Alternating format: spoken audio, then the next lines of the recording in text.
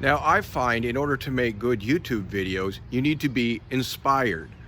You need to research what the professionals do. In fact, I went right to the source. Hollywood, California. They seem to be fairly popular in making things on movie screens and stuff like that.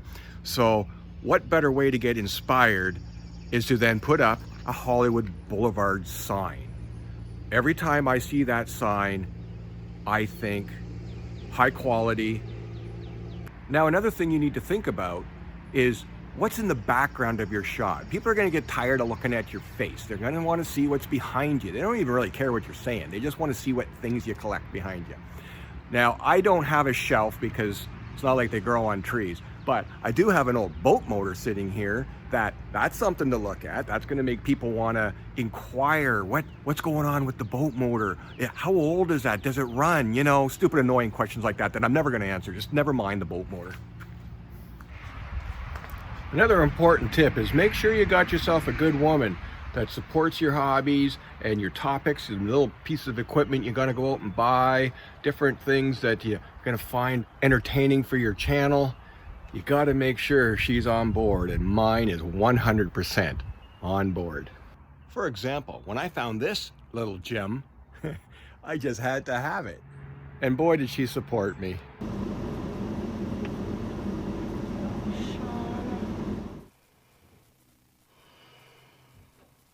So yeah, it's a pedal go-kart.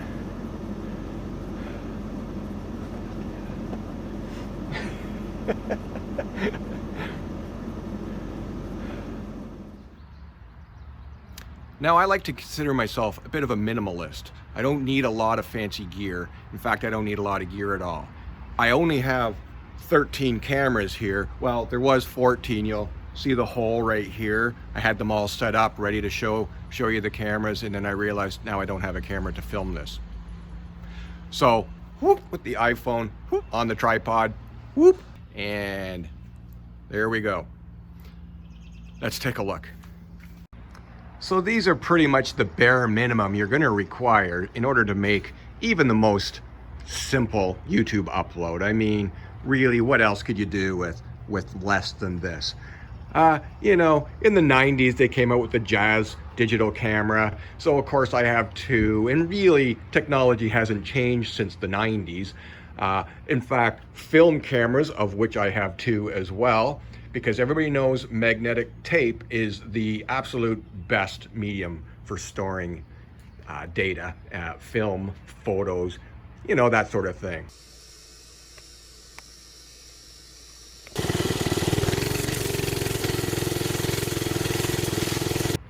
Of course, you also have to have two Sony Handycams because when they came out, well, they were all the rage. Next is the gap where my iPhone XR would be, or 10R, but I'm holding it in my hand right now. Let's start into the GoPros. Yeah, GoPros were neat, but let's face it, they don't match the quality of a film camera. This is a GoPro 1, first generation. Here's my finger. And it's all covered in some kind of coating that's peeling off and is dirty as heck. In fact, now it just looks so disgusting, no one's going to want to steal it, so I like it. Back here is a GoPro 2.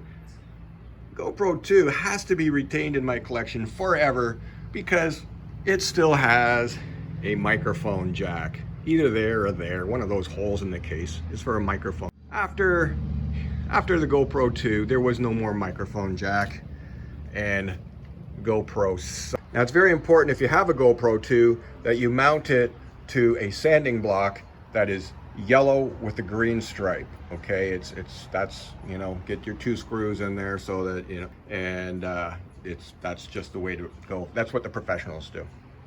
Now then we have a GoPro 3, and its purpose is, oh, that's right, its purpose is to be suction cupped onto the side of a vehicle, because if it drops off and rolls down the road and you forget where it is and it's gone, nobody really cares. Rilo 360, you need a 360 camera. And then we get to the two GoPro 7s. The reason you want two is because when you lose the one that your woman bought you for a present, you have to quick replace it so she doesn't, you know, get mad at you for losing her present. But then eventually you find the present in the back of your pickup truck where it's been rolling around for 2 months in the snow and the rain, and it continues to work perfectly.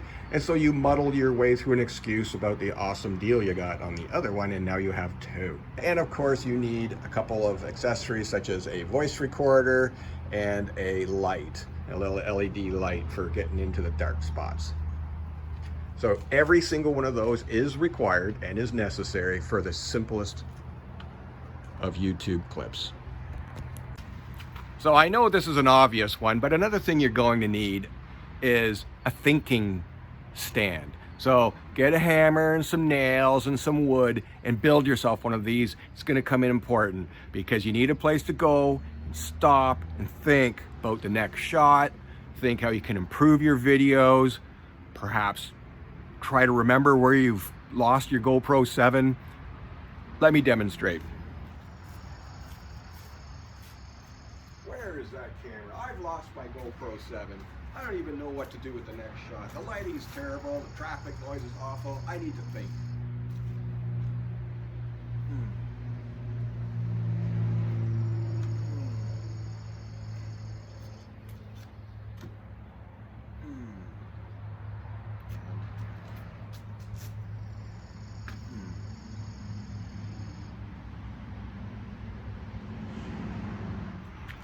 So another thing you're probably concerned about being a new YouTuber is, you know, you're gonna look like a dork out there in public talking to yourself, you know, with a camera out there in your hand. And I found the best way not to look like a spaz is to create a setup like this. That's right. Put your $40 GoPro 2 on a rig like that with a big old microphone on top, big fancy tripod, and suddenly you look professional and people just mind their own business. They think that you're filming some documentary about the ocean or something.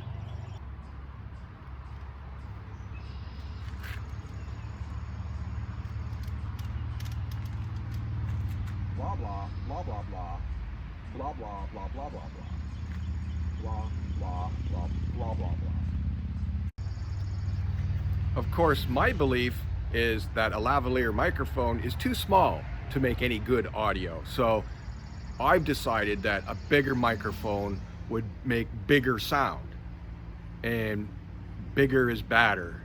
So as you can tell, when I look this way and speak, it sounds exactly the same as when I look this way and speak. Invest in a good microphone.